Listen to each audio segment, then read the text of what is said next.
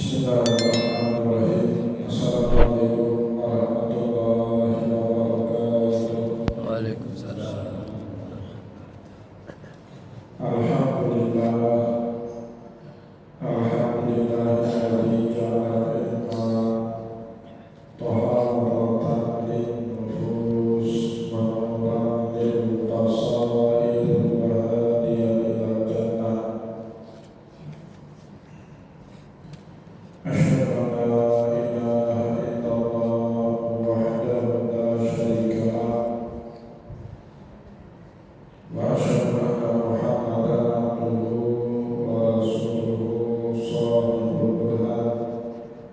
Allahumma shalli wa sallim ala rasulika al-karim Muhammad sallallahu alaihi wasallam wa ala alihi wa ashabihi wa man tabi'ahum bi ihsanin ila yaumiddin. Summa amma ba'du.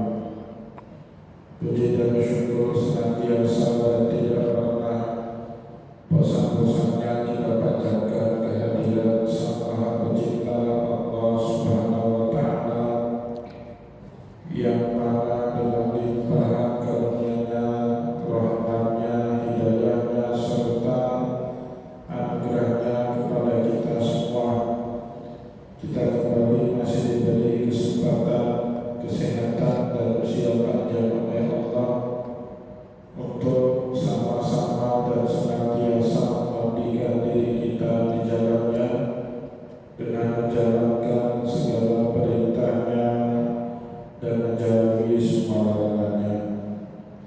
Salawat dan salam juga tidak pernah pula kita haturkan kepada junjungan alam Nabi besar Muhammad sallallahu alaihi wasallam, di mana beliau telah bersabda dalam satu hadisnya, taraktu fiikum amrayni la in tamassaktum bihima lam tadillu abada, kitaballahi wa sunnati.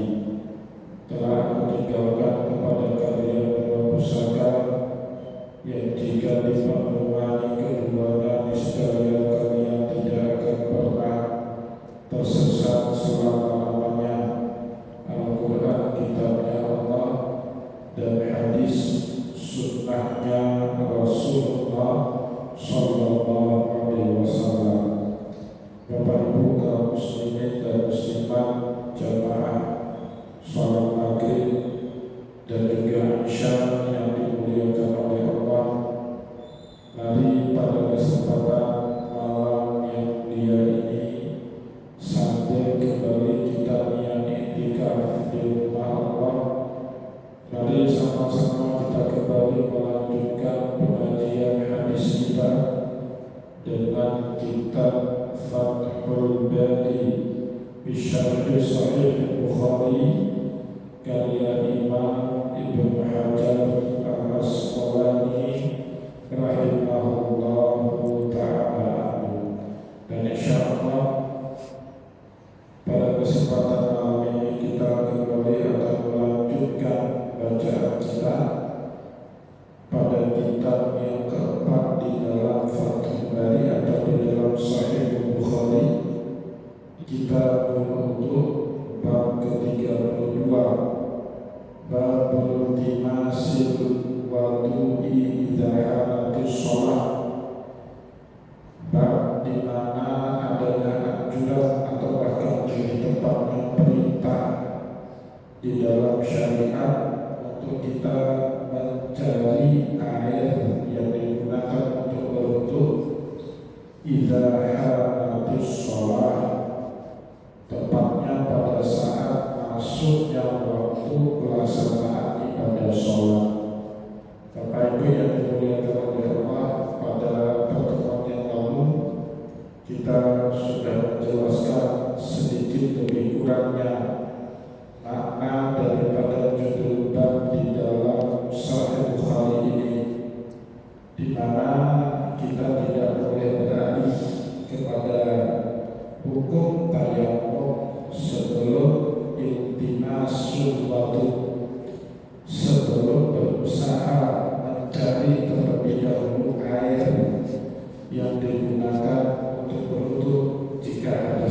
kecil ataupun air yang digunakan untuk mandi junub jika berhadas besar, dan boleh langsung bertayamum semata-mata karena tidak ada air di rumah kita atau di tempat saat kita berada atau di sekeliling tempat kita, sampai kita menjadi semaksimal usaha yang bisa kita lakukan. Baru ketika juga tidak ketemu, Allah Subhanahu wa Ta'ala berfirman, fa'in lam tajidu ma'an fatayammamu sa'idan thayyiban. Kalau sudah berusaha mencari semaksimal mungkin air untuk berwudu, menghilangkan hadas kecil, atau air untuk mandi junub, untuk menghilangkan hadas besar, lalu kemudian fatayammamu sa'idan thayyiban, bertayamumlah dengan tanah yang baik yang tidak bercampur dengan najis. Bapak Ibu yang dimuliakan oleh Allah, ayat Al-Quran ini sebenarnya tidak tepat keberlakuannya di daerah kita tropis, karena di daerah kita, apalagi kita orang Banda Aceh, dan mungkin kita bisa mengamalkan ayat itu. Fa'in lam tajidu ma'an fatayammamu sa'idan thayyiban. Jika kalian tidak ketemu air, kalau kita orang pesisir selalu akan ketemu dengan air. Kalau nggak ada air PDAM, ada air sumur, dan ada air sumur, ada air hujan, dan ada air hujan, ada air sungai, bahkan juga masih bisa menggunakan air laut. Jarak kita dari laut kurang dari 10 km, Bapak Ibu. Nah, maka sebab tayamum yang di daerah tropis semacam kita ini, Bapak Ibu, satu aja sebabnya, bukan fa'ilam tajidu ma'a, jika kalian tidak ketemu air, bukan itu sebab kita bertayamum di daerah yang airnya cukup seperti di tempat kita. Tapi satu-satunya cara kita mengamalkan tayamum itu apa? Fa'ilam ya'tadhiru ilaika ma'a fatayammamu sa'idan thayyiban. Jika kalian punya uzur untuk menggunakan air, apakah karena sakit atau karena sebab yang lain, tapi uzur, bukan airnya nggak ada. Seperti yang pesawat, airnya ada tapi tidak memungkinkan kita menggunakan air untuk duduk dalam pesawat, lalu kita amalkan tayamum dalam keadaan uzur. Itu berbeda betul dengan keadaan masyarakat di Timur Tengah yang pasti mereka sering bertayamum karena memang sebab kurangnya air di tempat mereka. Bapak Ibu kaum muslimin dan muslimat jamaah pengajian yang dimuliakan oleh Allah, selain kita sudah menjelaskan panjang lebar masalah itu pada pertemuan yang lalu, kita juga pada pertemuan yang lalu sudah menjelaskan bab ini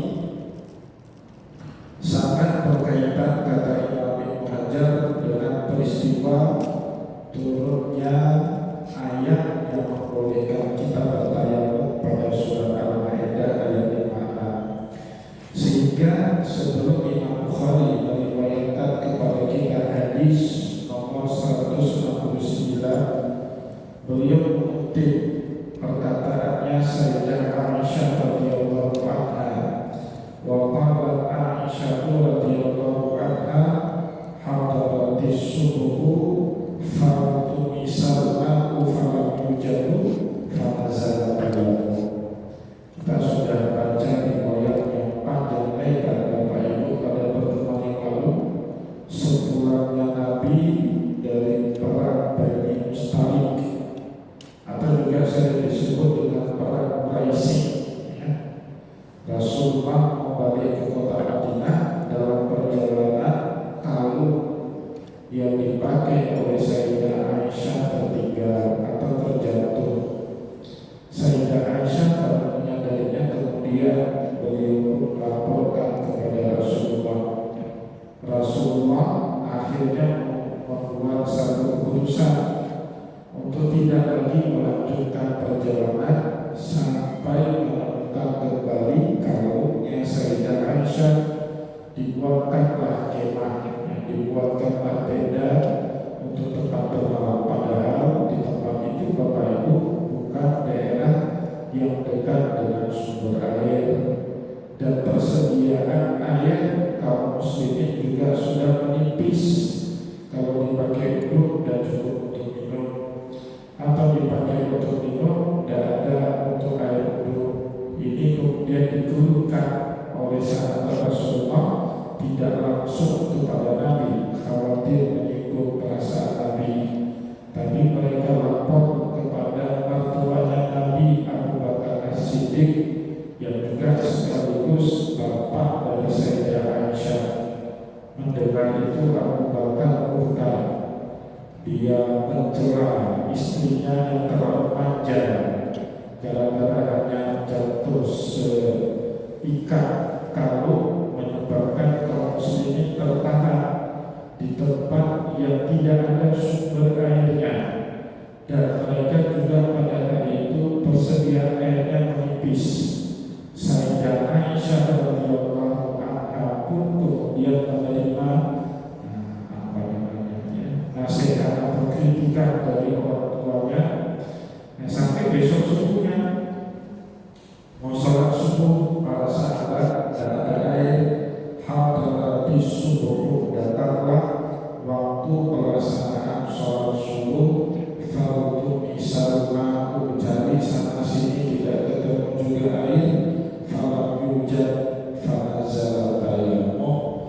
Dalam peristiwa itulah Allah Subhanahu wa Ta'ala menurunkan ayat yang membolehkan kepada kaum muslimin untuk bertayammum jika tidak ada air untuk berwudu atau untuk mandi junub. Fa illam tajidu ma'an fatayammamu sha'idan thayyiban famsahu biwujuhikum wa aydikum min. Bapak Ibu kaum muslimin dan muslimat jamaah pengajian yang dimuliakan oleh Allah, setelah menjelaskan ucapan dari Sayyidah Aisyah tersebut, Imam Bukhari kemudian meriwayatkan kepada kita hadis nomor 169 dalam bab ke-32 pada kitab yang keempat, kitab wudu. Dalam hadis nomor 169 beliau meriwayatkan hadis tersebut dari gurunya beliau, Hadatsana Abdullah bin Yusuf qala akhbarana Malik ibn Anas an Ishaq bin Abdillah bin Abi Thalha an Anas bin Malik radhiyallahu anhu annahu qala. Dari sahabat Nabi Anas bin Malik radhiyallahu anhu, beliau berkata, Wa'aitu Rasulullah sallallahu alaihi wasallam wa hanati sholatul asri. Nah, ini peristiwa yang lain berikutnya. Peristiwa yang berbeda dengan apa yang baru saja kita sampaikan tadi. Kalau peristiwa sebelumnya yang tadi kita sampaikan terjadi pada tahun 5 Hijriah, karena perang Bani Mustalik itu terjadi tahun 5 Hijriah, setahun sebelum terjadinya perang Khandaq pada tahun 6 Hijriah. Di situ kemudian turun ayat yang membolehkan tayammum. Bapak Ibu yang dimuliakan oleh Allah, peristiwa di mana Nabi Muhammad kehabisan air untuk wudhu itu berulang kali terjadi di zamannya Nabi. Berulang di zamannya Nabi, Bapak Ibu. Saya di Mesir itu pernah beberapa kali terpaksa tayammum karena memang tidak ada air. Berulang di zaman Nabi. Pernah satu kali sekitar 2005-2006 kami melakukan perjalanan darat cukup jauh dari Kairo menuju ke barat, ya, baratnya Mesir. Nama provinsinya itu Marsa. Perjalanan darat lebih kurang 15-16 jam. Itu provinsi terakhir Mesir setelah masa itu langsung masuk border Libya, perbatasan dengan negara Libya. Dalam perjalanan sepanjang mata memandang itu gunung Sahara, ada kehidupan. Ya, dalam keadaan seperti itu, sholatnya memang harus tahu. Air itu cukup untuk minum, air yang kita bawa itu cukup untuk minum. Ya, maaf, buang air besar atau buang air kecil nggak bisa istinja dalam keadaan seperti itu. Tetap istinja, tetap harus dalam keadaan istinja. Jadi harus irit dalam penggunaannya. Itu pengalaman pertama saya karena sebab nggak ada air. Begitu juga perjalanan haji pertama saya 2005 itu.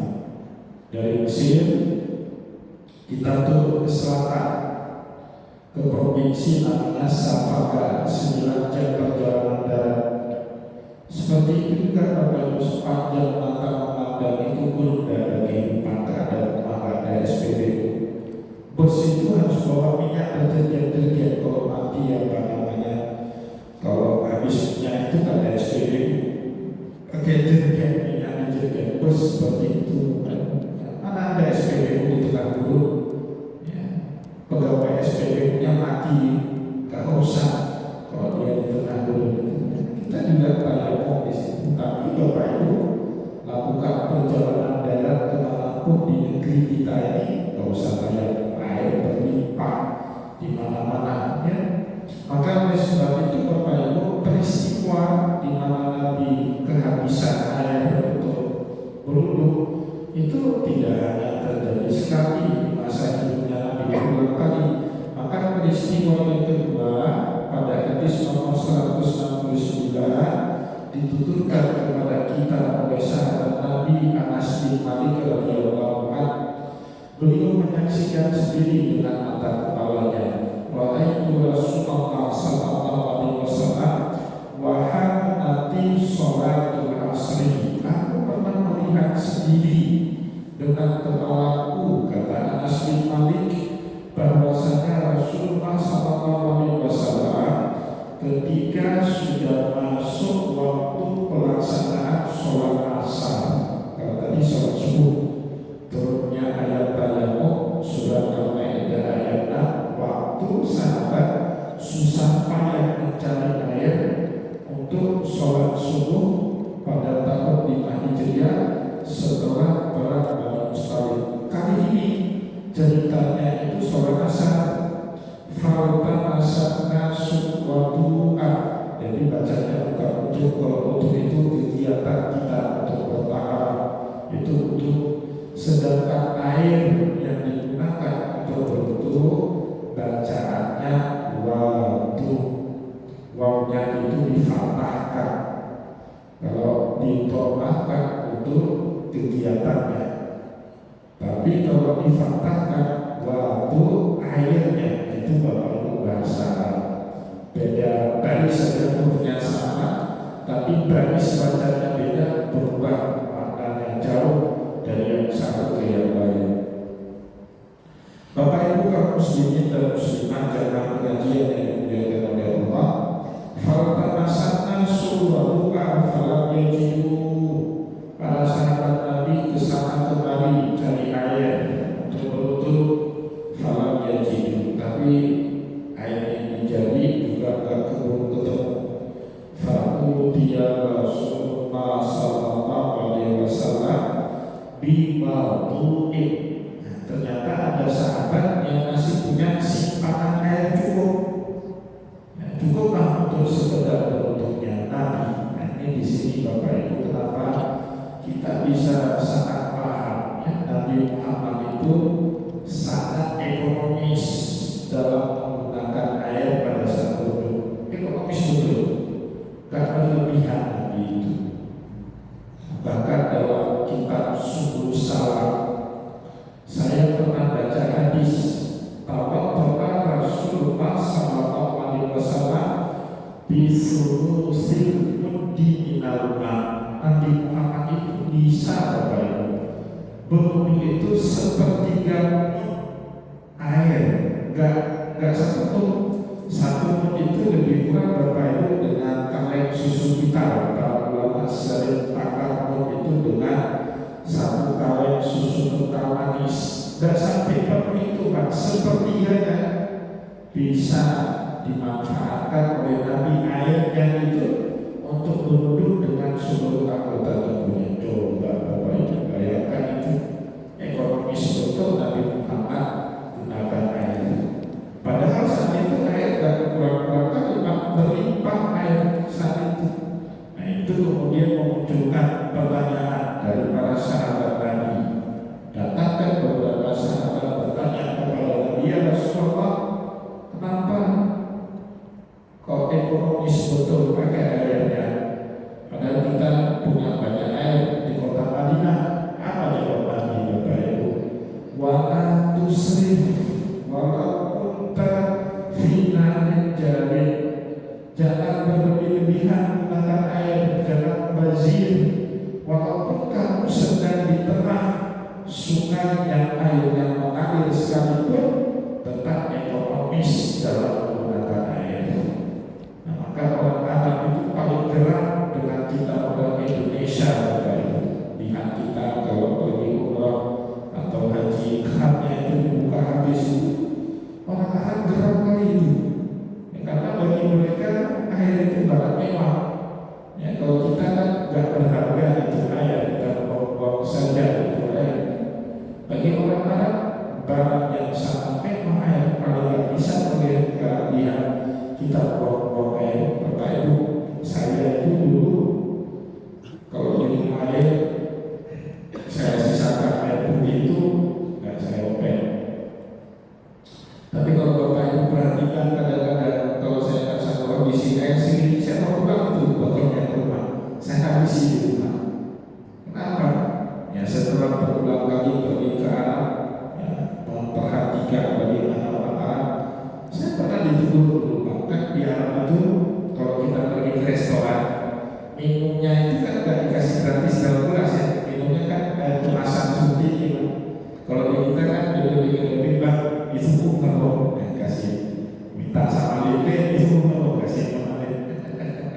Kalau nggak dikasih kan pergi lagi kita ke makan dua kan gratis ya putih bang di kita minum. Di Arab itu kan air kemasan pak jelas. Pernah sekali waktu saya minum masih sisanya dikit.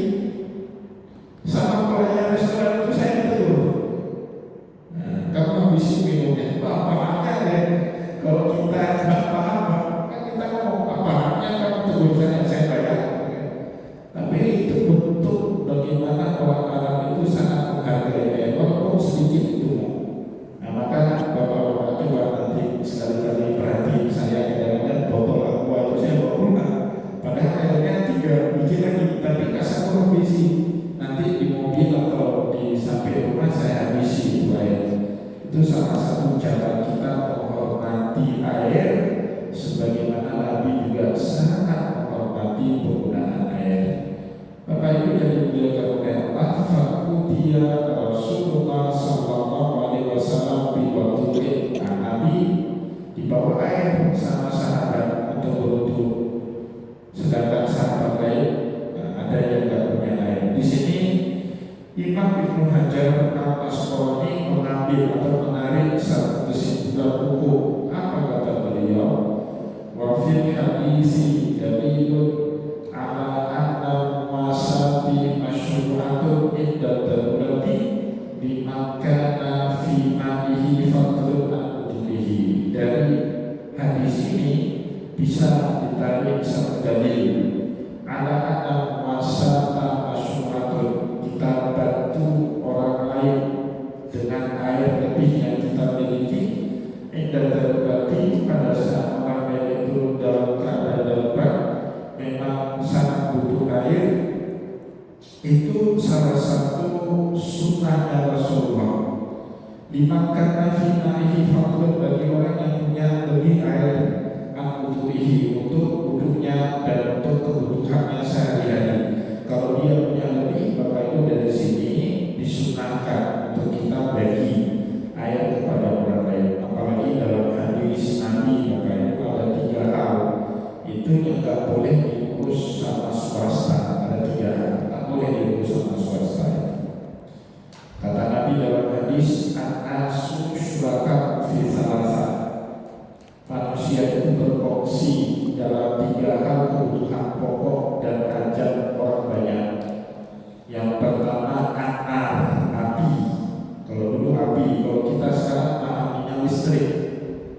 listrik itu nggak boleh, PLN itu B2B, bisnis to bisnis nggak boleh. Nah, dia harus tetap bukan bisnis yang utamanya PLN itu, tapi membantu masyarakat mendapatkan akses listrik dengan harga yang murah. Maka kan ada istilah subsidi listrik itu kan, nah, terutama bagi yang meteran ampernya itu di bawah 6 atau 4 itu kan subsidinya banyak. Atau orang yang buat usaha itu beda, listrik rumah tangga tarifnya beda dengan listrik untuk tempat usaha, lebih murah disubsidi, karena memang itu tidak boleh dibisniskan secara mutlak. Yang pertama api, yang kedua akal-akalan kebutuhan bahan makanan pokok. Kalau dulu gandum, kalau kita sekarang beras. Nah, kita punya paru bulog, ya, punya BUMN, itu tidak semata-mata bisnis, Bapak Ibu. Pemerintah ambil gabah dari petani. Kalau lagi panen raya, harga gabah melimpah, dibeli sama pemerintah, disimpan di gudang. Saat paceklik kemarau, pemerintah bisa mengintervensi beras itu dilempar ke pasar sehingga tidak terjadi lonjakan harga beras yang bisa mengganggu stabilitas dari satu negara. Itu memang tidak boleh dikelola sama sektor swasta, itu harus pemerintah yang menstabilkan harga makanan pokok, karena semua kita butuh makanan pokok. Dan itu dia Bapak air. Air itu hajat orang banyak, tak boleh dikuasai sumber-sumber air itu oleh individu, oleh swasta dijual air, tak boleh. Maka yang kelola air itu Bapak Ibu di daerah kita itu perusahaan daerah, PDAM Tirta Baru, PDAM yang lain-lain itu kan perusahaan negara, perusahaan pemerintah, perusahaan daerah. Plat merah tak boleh dibisniskan secara mutlak. Kenapa?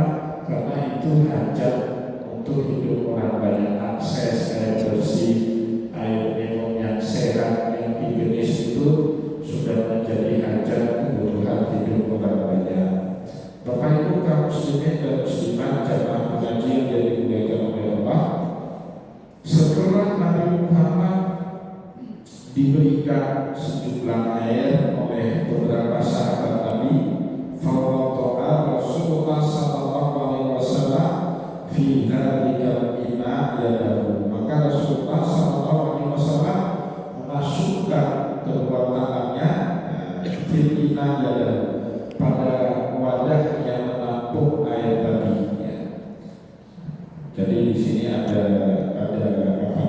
penjelasan dari Imam Hajar Al-Asqalani. Beliau mengutip riwayat di dalam hadis yang lain. Di dalam hadis Muslim, Bapak Ibu, riwayat hadis yang sama diriwayatkan juga oleh Imam Muslim di dalam kitab Sahihnya pada bab wudu minal ihtar, babul wudu minal ihtar, hadis nomor 165 di dalam Sahih Muslim. Kalau ini kan judul babnya babul wudu idza kanati shalat, perintah untuk mencari air pada saat masuknya waktu sholat. Di dalam Bukhari hadis serupa diriwayatkan di dalam bab judulnya babul wudu minal ihtar. Ihtar itu cawan kecil. Nah, jadi yang dibawa sama sahabat Nabi ke Nabi itu bukan air satu gerimbang besar, bukan air satu ember, bukan.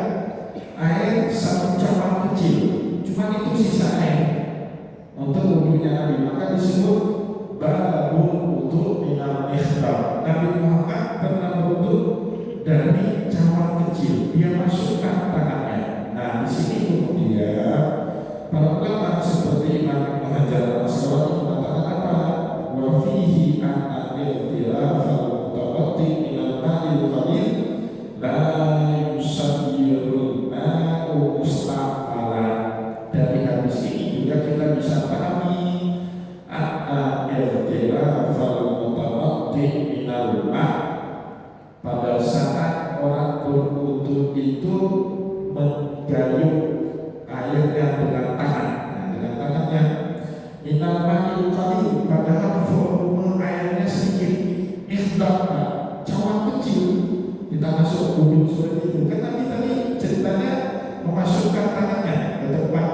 begitu. Nah, tempat duduknya bukan ember, kecil saja Bapak Ibu. Jangan tak berulang-ulang. 10 bulan pun nggak sampai itu. Apa kata Imam Hajar Al-Asqalani?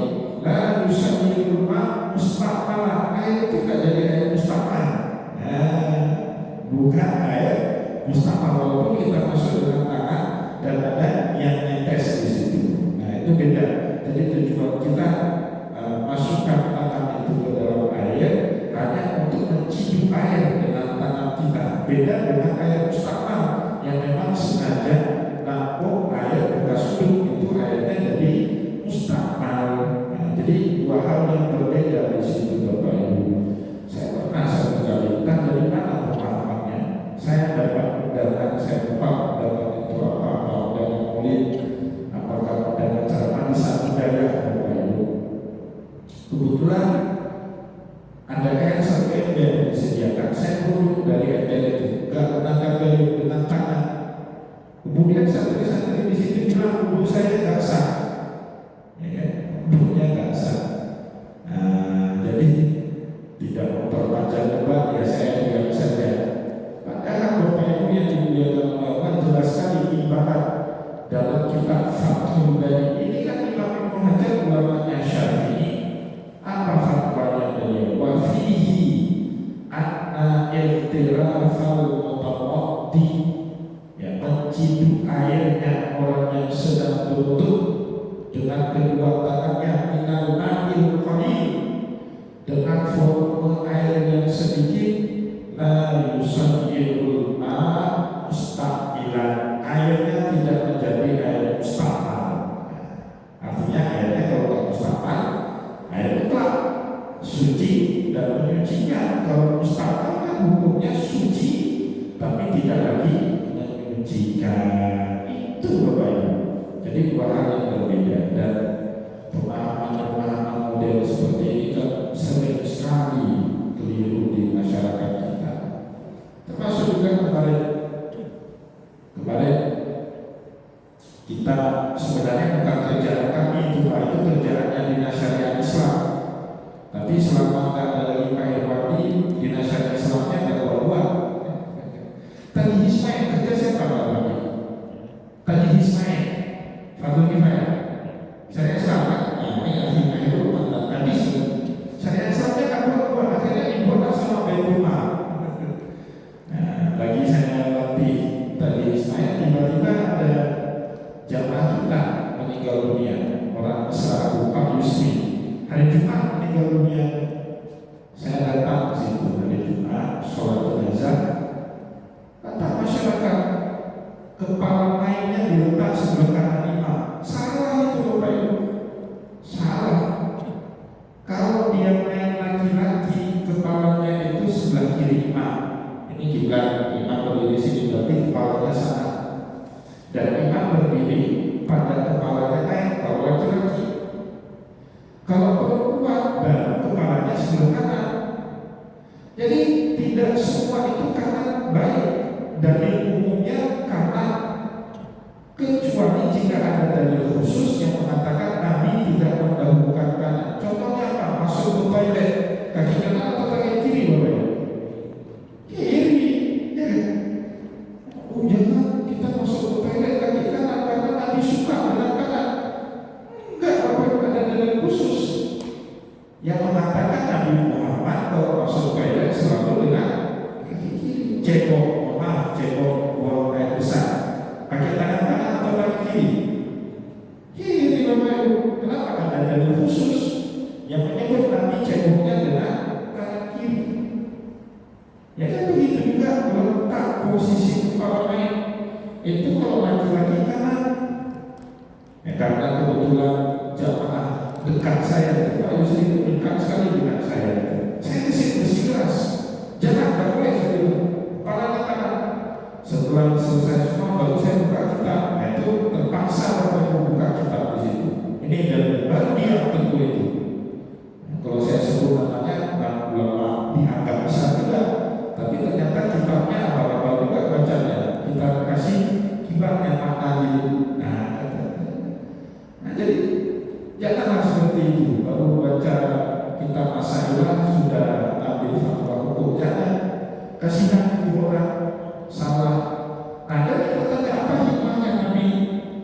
Bedai laki-laki kepala kanan, perempuan kepala kiri. Laki-laki imamnya berdiri di kepala mayat, perempuan berdirinya di pinggang mayat. Hikmahnya itu Bapak Ibu, sahabat bertanya itu sama Rasulullah, apa ya Rasulullah, kenapa dibedai? Hikmahnya Bapak Ibu, kalau datang perang misalnya, kan ada itu waktu kita mau sholat jenazah, ada satu kata buka pintu, kan ada buka pintu tenang, segera dia, nah pesnya itu yang datang perang. Kadang-kadang dia kan nggak tahu jenis kelaminnya semennya apa, ya kan? Jenis kelamin main kan baru tahu kalau kita tanya kan, kecuali kita keluarganya main telah nggak usah tanya lagi. Tapi kalau kita tahu datang sholat jenazah telah, Bapak Ibu nggak usah banyak tanya lagi, yang ada kacau. Lihat aja posisi letak orang. Oh belanja, imam Pak udah boleh. Udah, Allah maafkanlah, warahmatullahi wabarakatuh. Atau lihat, oh belanja, imam Pak udah bagi main. Berarti Allah maafkanlah, warahmatullahi wabarakatuh. Kode dikasih sama Nabi. Cuma kita nggak kaji, Bapak Ibu. Tanya dong, yang bilang tuh, kan ada itu sih. Atau masalahnya aja, kan tanya, bilang tuh enggak? Kau sah-sah tuh. Padahal dan Allah mau sekali Bapak Ibu, itu hikmahnya dalam agama. Kenapa laki-laki sebelah kanan? Jadi Bapak Ibu besok kalau lihat kepala main sebelah kanan, imam berdirinya di kepala main, gak usah banyak tanya lagi, langsung pada takbir yang ketiga bacanya Allah maafillahu warahmatullahi wabarakatuh. Takbir yang keempat Allah maafillahu Tapi kalau kepalanya ke kiri, imamnya berdiri di pinggang, oh usah tanya juga, langsung pada takbir yang ketiga Allahumma firlaha warhamha wa'afiha wa'afu'anha, dan takbir yang terakhir Allahumma la tahrimna ajraha wa la taftina ba'daha waghfir lana wa laha. Sengaja dibuat sama Nabi seperti itu. Kita ini katakan lagi, kita kacaukan lagi. Bapak Ibu kaum muslimin dan muslimat, jamaah pengajian dan dimuliakan oleh Allah, begitu juga dengan riwayat ini. Jadi Nabi Muhammad SAW berwudu dengan air sedikit, dengan mencibir tangannya, dan air itu tidak dianggap sebagai air mustahab. Kalau air itu mustahab, berarti batal wudunya Nabi dari itu ya. Wa amarna sa'ayatawaddahu minhu, dan Nabi Muhammad SAW meminta semua sahabat yang lain wudu dari cabang itu, dari air cabang itu. Tapi kan Pak Ustaz airnya sedikit, benar. Tapi disitulah Rasulullah menampakkan mukjizatnya. Apa kata Anas bin Malik radhiyallahu anhu? Faraitu ana yaqumu min tahti asabihi hatta tawaddahu min indi akhirih. Faraitu ma, aku lihat dengan mata kepalaku sendiri air yang bu'u min tahti asabihi. Air itu keluar dari jemarinya tangan Nabi, itu kan. Kenapa salah satu mukjizat Nabi Muhammad itu keluar air dari tangannya? Kapan itu Pak? Dalam peristiwa ini air tak cukup, cuma ada secapak. Jadi tangan Nabi itu dimasukkan ke dalam Nabi Muhammad dulu. Setelah Nabi Muhammad selesai dulu, tangan Nabi dimasukkan kembali ke dalam cawan itu. Nabi minta satu persatu para sahabat untuk duduk melalui cawan itu sampai semua sahabat. Kalau di dalam Fathul Bari disebut wahum bin Umar wasabruna nafar, 70 orang sahabat. Air cawan dikit Pak, cawan kecil, cukup semua duduk. Air cawan itu, tangan Nabi tetap dalam cawan itu keluar. Kalau kita tak bukan air yang berkeringat, Nabi di situ tangannya keluar. Ya, saudara itu mana yang mau minta di asabihi, aku melihat air keluar dari bawah jemari tangan-tangannya Rasulullah hatta tawaddahu min indi akhirih, sampai sahabat yang terakhir dulu di situ airnya juga enggak habis-habis. Itu salah satu mukjizatnya Nabi. Kalau Nabi Musa itu kan mukjizatnya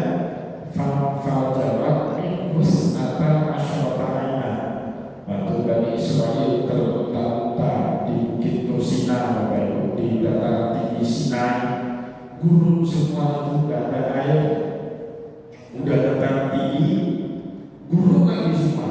Dataran tinggi kan susah ya, gurun lagi, yang lebih susah. Tapi Allah kasih mukjizat sampai hari ini masih ada. Kalau Bapak Ibu pergi ke Mesir, ke Bukit Tursina itu ada lembah disebut dengan Uyun Musa, mata airnya Musa. Kenapa? Karena Nabi Musa pukulkan tongkatnya di situ, dari batu-batuan itu keluar air. Sama fajarat minus mata asyara air, 12 mata air, keluar di situ. Ya, tapi sekarang nggak lagi semua, masih muncul air, paling cuma tiga atau 4 mata air dari 12 mata air itu yang masih mengeluarkan air, sekitar 3 atau 4 mata air. Itu mukjizat yang Allah Subhanahu wa Ta'ala beri kepada para nabinya, Nabi Musa dengan 12 mata airnya, Nabi Muhammad dengan air yang keluar dari jemari-jemari tangannya. Begitu juga Nabi Ayub, ya, Nabi Ayub alaihissalam itu kan urkut birjilika hada mutasirut dari itu masyarakat. Ayub kan sakit parah, Pak. Ilmu medis di zaman itu nggak tahu penyakit apa yang diderita Ayub bertahun-tahun, sampai akhirnya Allah berkehendak untuk menyembuhkan Ayub. Bagaimana cara sembuhnya? Aneh itu penyembuhan Allah itu. Ya, penyembuhan itu bukan metode medis, itu hanya syarat saja. Yang pertama, untuk biri hati. Kaki Ayub itu disetak ke sebuah batu, dari batu itu mengeluarkan mata air, kemudian disuruh basuh kakinya Ayub di mata air itu. Untuk biri hati, mutasabut dari masyarakat, airnya itu untuk kamu basuh kaki dan badanmu. Nah, airnya jernih, bersih dan sangat dingin, ya, dari itu masyarakat, bahkan bisa langsung diminum tanpa harus khawatir punya penyakit atau kuman. Kemudian wafud biyadika hada wafud biyadika bisa fadrib bihi wala tahtas, disuruh ambil segenggam rumput, dipukul-pukul ke badannya Ayub sampai kemudian Nabi Ayub alaihissalam sembuh dari penyakitnya. Itu kan kalau sekarang Bapak Ibu punya penyakit yang sama, pukul rumput ke badan, kira-kira sembuh kan? Macam berpenyakit Bapak Ibu. Nah, itu cara Allah, ya. Allah bisa menurunkan kesembuhan dari manapun, tapi caranya disuruh kepada manusia dengan arahan dan perintah dari Allah Subhanahu wa Ta'ala. Bapak Ibu kaum muslimin dan muslimah, jamaah pengajian dari Allah, kita cukupkan baca